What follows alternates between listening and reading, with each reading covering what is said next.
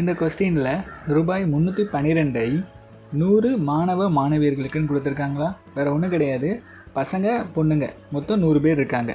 So x Y, அதாவது எக்ஸுங்கிறது பசங்க, ஒய்ங்கிறது பொண்ணுங்க, சேர்த்தா 100 பேர் இருக்காங்க. எவ்வளோ அமௌண்ட்டு மொத்தம் என்கிட்ட இருக்குது? 312 ரூபா இருக்குது. அதை நான் பசங்களுக்கு 3.6 ரூபா கொடுக்குறேன். அதாவது 3.6 எக்ஸ்ன்னு போட்டேன். பொண்ணுங்களுக்கு 2.4 கொடுக்குறேன். ஸோ 2.4 ஒய்ன்னு போட்டேன்.